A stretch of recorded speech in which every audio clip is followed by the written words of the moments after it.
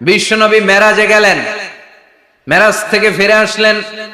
বিশ্বনবী বর্ণনা করলেন, আমি বাইতুল মাকদাস দেখেছি মাঝরাতে, লক্ষাধিক নবীকে নিয়ে নামাজের ইমামতি করেছি, 7 আকাশ দেখেছি, আল্লাহর আরশ দেখেছি, আল্লাহর সাথে কথা বলেছি, আবার ফজরের আগেই মক্কায় ফিরে এসেছি। সবাইকে খাইছে মুহাম্মদের মাথার তার ছিঁড়ে গেছে, নাউজুবিল্লাহ পড়ে।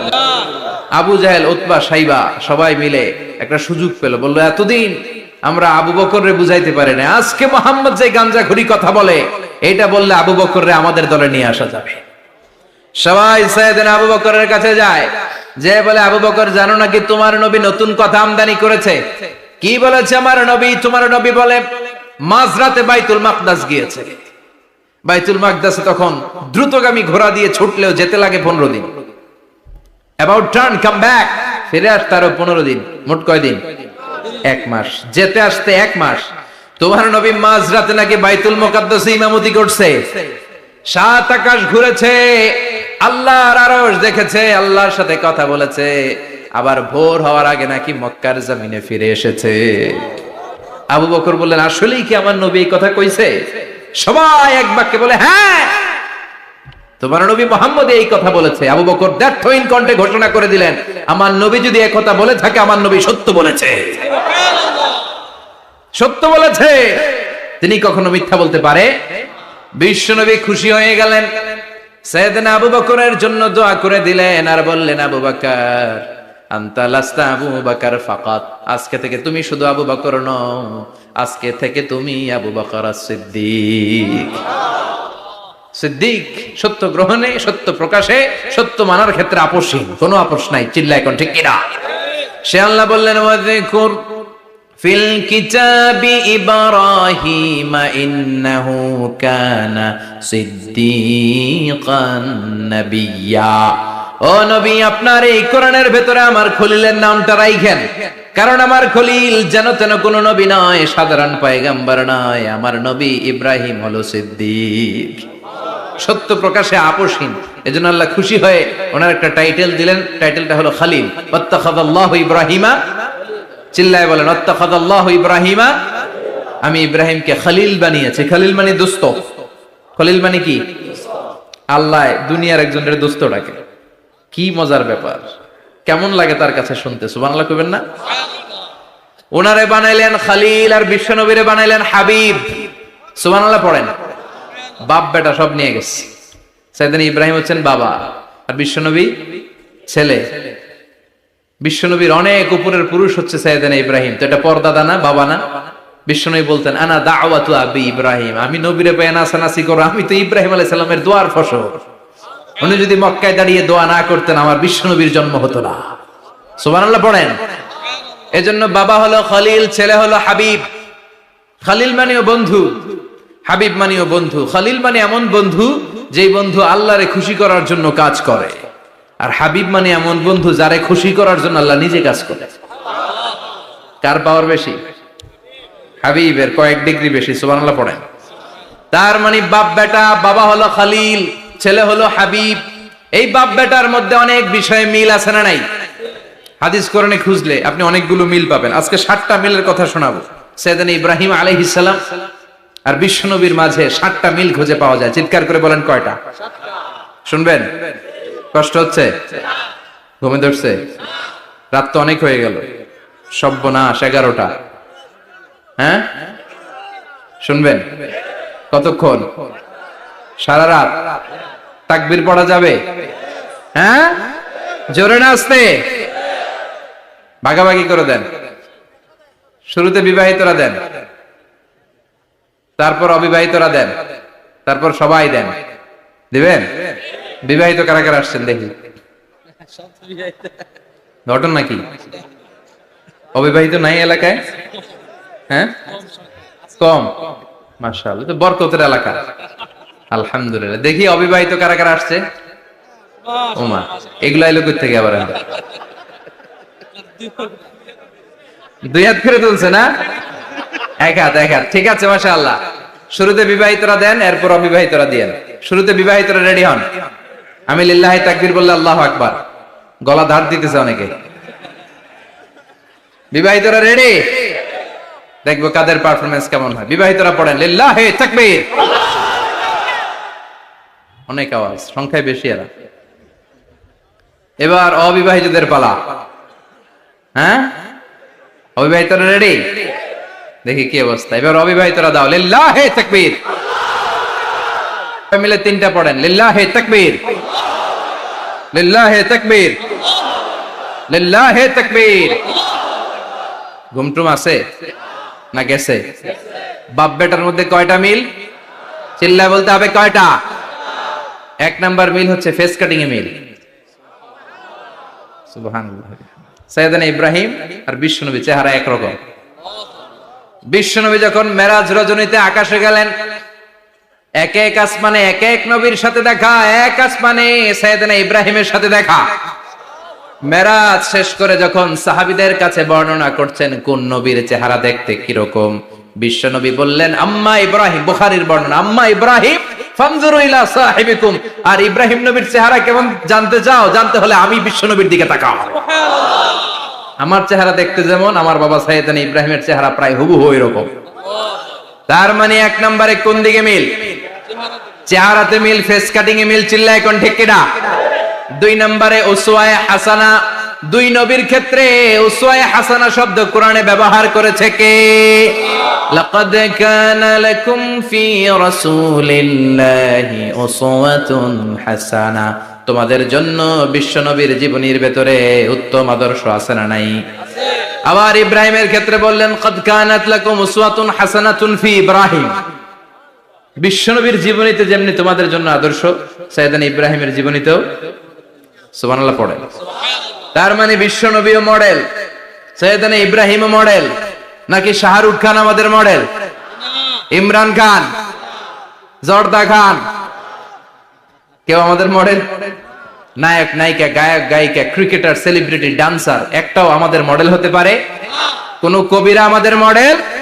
আমাদের মডেল হলো নবীরা। চিল্লায় বলেন ঠিক কিনা? কবিরা এক একজন এক এক দিকে যায়, এক একজন এক এক কথা বলে। আউলা ঝাউলা চুল নিয়ে চলে, যার মাথা দিয়ে যেটা বেরোয় সেটা বলে। কিন্তু একজন নবী যেটা বলে অন্য নবী বিপরীত বলে না। কারণ কবিরা কথা বলে তাদের মন মস্তিষ্ক প্রসূত কথা থেকে, আর সব নবীদের কথা আসে একটা হেডকোয়ার্টার থেকে। হেডকোয়ার্টারটা কার? কোন নবী বলছে আল্লাহ একজন, আরেক নবী বলছে না দুইজন হতে পারে। কোন নবী বলেছে আখিরাত আছে, আরেক নবী আইসা বলছে নাও থাকতে পারে। এরকম কইছে? কারণ কবিদের মতো ওনারা মাথায় যা আসে পাগলের মতো তাই বলে না। তাদের মাথায় কথা আসে একটা হেডকোয়ার্টার থেকে। চিল্লায় বলেন হেডকোয়ার্টারটা কার? আল্লাহ বললেন উসওয়ায়ে হাসানা। বিশ্বনবীও তোমাদের জন্য আদর্শ, সাইয়েদনা ইব্রাহিম আদর্শ। তার মানে আদর্শিক দিক থেকে দুই নবীর মিল আছে না নাই? তিন নাম্বার, দুইজন নবী উলুল আজমি মিনার রাসূল। এই পৃথিবীতে পাঁচজন নবীকে আল্লাহ শ্রেষ্ঠ নবী বলেছেন।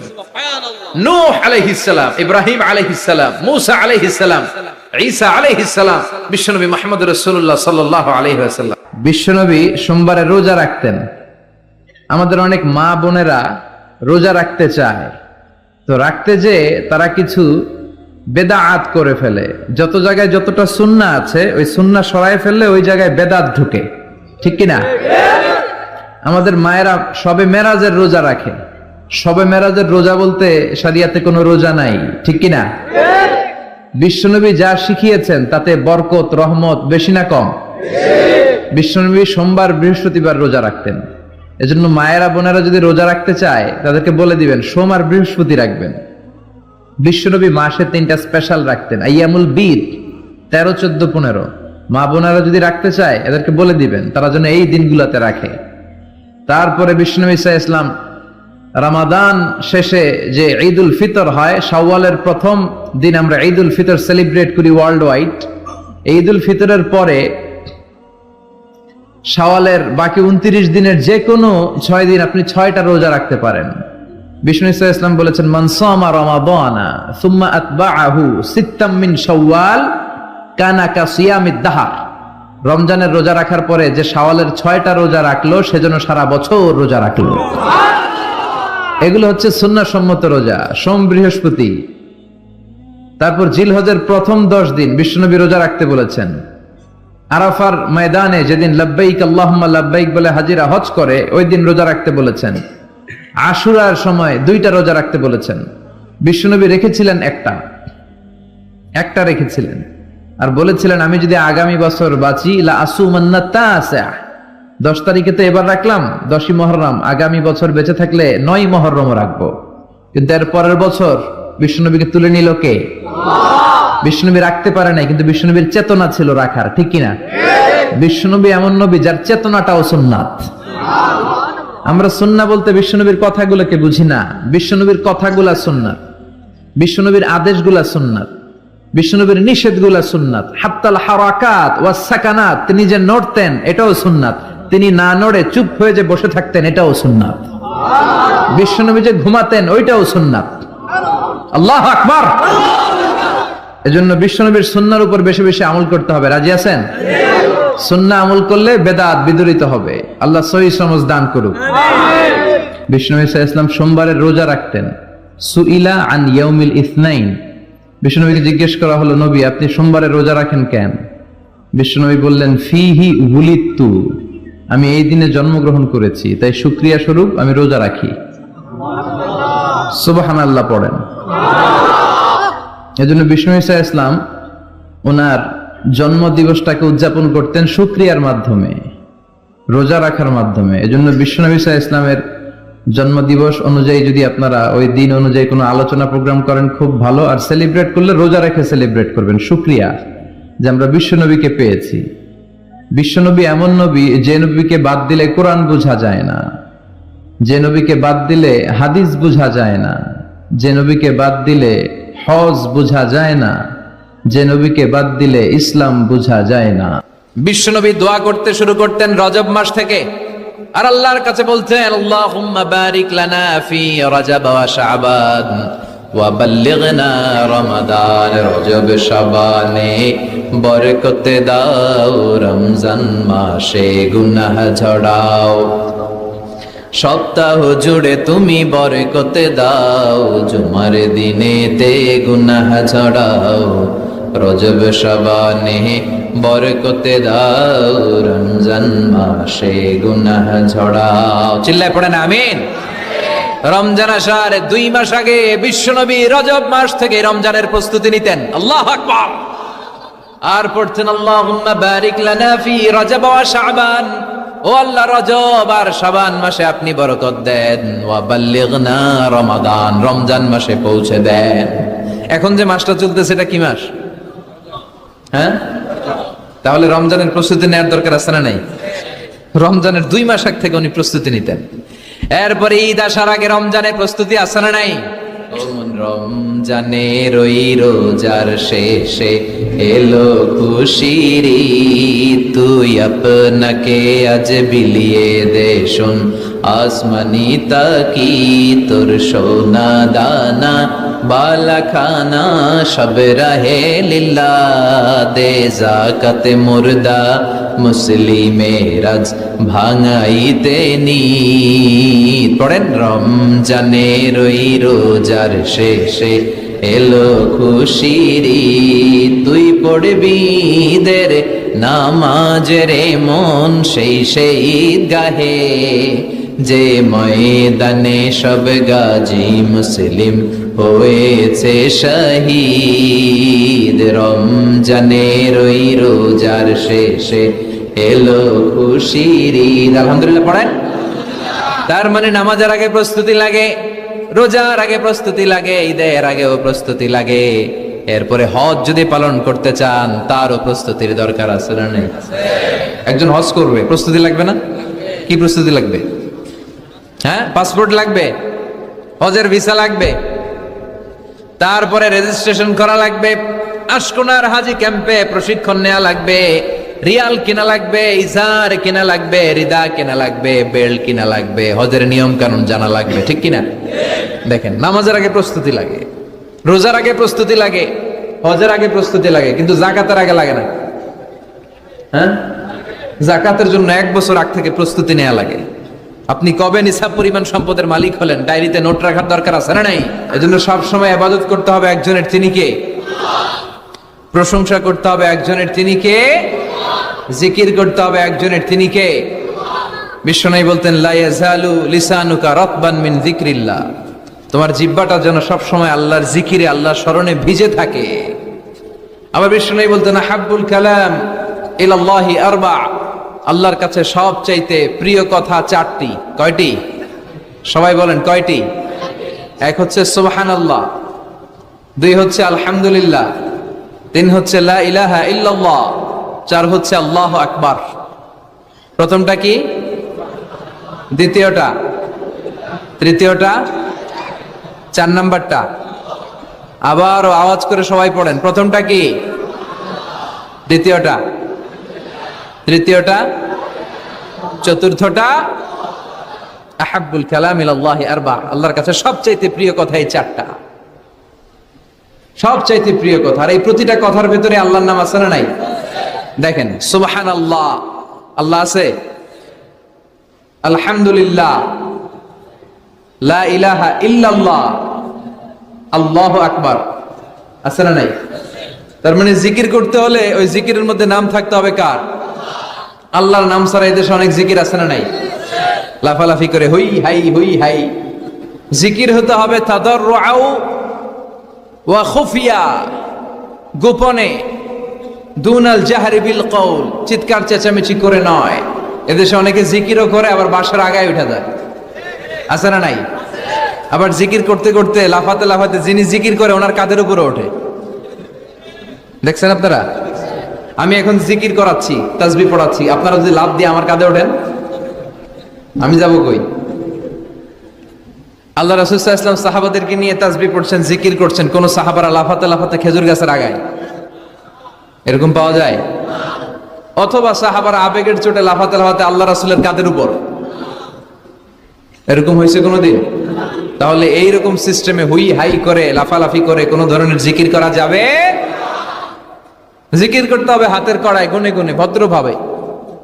আব্দুল্লাহ ইবনে আমর ইবনে আল-আস তিনি বর্ণনা করেন, রাআইতু রাসূলুল্লাহ সাল্লাল্লাহু আলাইহি ওয়াসাল্লাম ইয়াকিদু তাসবিহা বিয়ামিনি, আমি আল্লাহ রাসূলকে ডান হাতের গিড়ায় এভাবে আস্তে আস্তে তাসবিহ পড়তে দেখেছি। কোন হাতের গিড়ায়? নাকি বাম হাত? আমরা কোন পন্থী? সব নবীরা কোন পন্থী ছিল? জান্নাতে ঢুকবে কোন পন্থীরা? এজন্য ডানপন্থী হতে রাজি আছেন তো সবাই? ডান হাতের গিড়ায় তাসবিহ পড়বেন, রাজি আছেন? এইভাবে ডান হাতটা উঁচু করেন, এই আঙ্গুলটা এইখানে ধরেন, ধরে এইভাবে পড়বেন সুবহানাল্লাহ সুবহানাল্লাহ সুবহানাল্লাহ। এই আঙ্গুলের গিরা কিয়ামতের দিন আপনার পক্ষে সাক্ষী দিবে। আমরা যেন বেশি বেশি আল্লাহর জিকির করতে পারি, আল্লাহ তৌফিক দাও। আমরা যেন আল্লাহর শুকরিয়া বেশি বেশি করতে পারি, আল্লাহ তৌফিক দাও। বিশ্বনবী দোয়া করতেন, আল্লাহুম্মা জাআলনি সাবুরা ওয়া জাআলনি শাকুরা ওয়া জাআলনি ফি আইনি সগীরা ওয়া ফি আ'য়ুনিন নাসি কাবীরা। হে আল্লাহ, আপনি আমারে ধৈর্যশীল বান্দা বানান, আল্লাহ আপনি আমারে শুকরগুজার বানান, আল্লাহ আমার চোখে আপনি আমারে ছোট বানান, মানুষের চোখে আপনি আমারে বড় বানান। আমিন পড়েন। আমরা শুকরগুজার হতে চাই না, আমরা অভিযোগ করি বেশি, কমপ্লেইন, এটা আল্লাহ আমার দিল না, ওইটা দিল না, এরকম অভিযোগ আছে না নাই? যে অবস্থানে আছে এটাতে খুশি না। এজন্য বিশ্বনবী বলতেন, উনজুর ইলা মান হুয়া আসফালা মিনকা, তোমার চেয়ে যে খারাপ অবস্থানে আছে তার দিকে তাকাও, তাহলে তোমার ভালো লাগবে। ওয়ালা তানজুর ইলা মান হুয়া আ'লা মিনকা, তোমার চেয়ে যে ভালো পজিশনে আছে ওর দিকে তাকিও না, যে খারাপ অবস্থানে আছে ওর দিকে তাকাও। তুমি তোমার অবস্থানে থেকে খুশি নাও, কিন্তু অনেকে আছে তোমার অবস্থানে পৌঁছার জন্য সে লড়াই করে যাচ্ছে আর সংগ্রাম চালিয়ে যাচ্ছে। তোমার জায়গাটাতে পৌঁছা, যেই জায়গায় বসে তুমি আল্লাহরে গালি দাও, তোমার ভাল লাগে না, ওই জায়গাটায় আসা বসা অনেকের কাছে স্বপ্ন, অনেকের কাছে স্বপ্ন। শেখ সাদি রাহিমাহুল্লাহ, ওনার একবার আর্থিক দৈন্যতা যাচ্ছিল। ইরানের বিখ্যাত কবি বালাগাল উলা বিকামালিহি এর রচয়িতা, টাকা নাই, পয়সা নাই, পায়ে দেওয়ার মতো জুতা নাই। তো মনে মনে আফসোস, হায়রে আমি এত বড় কবি, আমার পায়ে দেওয়ার মতো জুতা নাই। তো আফসোস করে ঘর থেকে বেরিয়ে দেখে একজন ভিক্ষুক ভিক্ষা করে, তার দুইটা পাই নাই। শেখ সাদির পায়ে জুতা নাই, শেখ সাদির পায়ে কি নাই? আর ভিক্ষুকের কি নাই? পাই নাই। উনি সেজদায় পড়ে গেলেন, আল্লাহরে বললেন, আল্লাহ শুকর, আলহামদুলিল্লাহ, অনেক ভালো আছি, অনেক সুখে আছি। এজন্য আপনার চেয়ে যে খারাপ অবস্থানে আছে ওর দিকে একটু তাকান। ঠিক যে মুহূর্তে আমরা এখন কি সুন্দর, শীত না গরম না, ওয়েদারটা খুব চমৎকার না? এই পরিবেশে যে মুহূর্তে আমরা কথা শুনছি, ঠিক এই মুহূর্তে হাসপাতালের বেডে শুয়ে অনেকে মৃত্যুর প্রহর গুনছে। অনেকের ক্যান্সার, যার নেই কোনো অ্যান্সার, তার প্রতিটা সেলের ভিতরে জ্বালা। আমি টাকা চাই, পয়সা চাই,